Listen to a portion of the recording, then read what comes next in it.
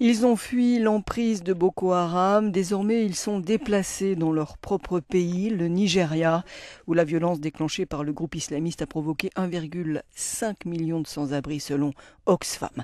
Ceux qui ont échappé aux rebelles de Boko Haram disent qu'ils les forcent à accepter leur version de l'islam pour avoir la vie sauve.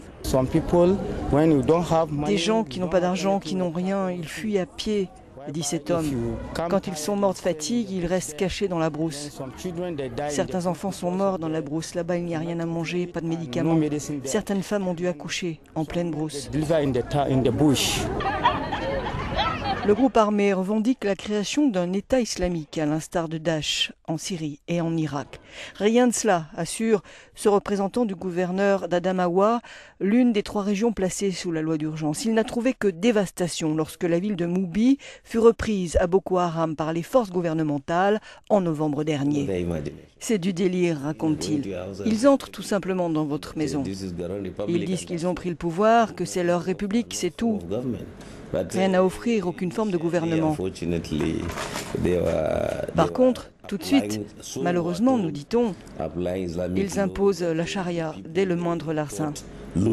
Boko Haram assure qu'il gouverne avec la charia sur une étendue de quelques 30 000 km² à l'intérieur du Nigeria. Mais le conflit commence à toucher les pays voisins. Cette semaine encore, le flux de réfugiés qui traverse le lac Tchad en direction du Tchad n'a pas cessé.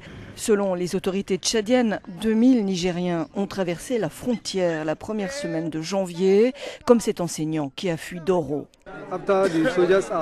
Les soldats ont commencé à filer, ils ont enlevé leur uniforme, ils les ont jetés au loin.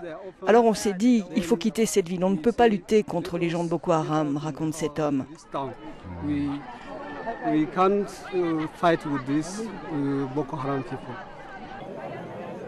En 2014, 10 000 personnes ont été tuées par ce groupe islamiste armé qui, depuis son irruption en 2009, est devenu la plus grande menace pour la stabilité du Nigeria.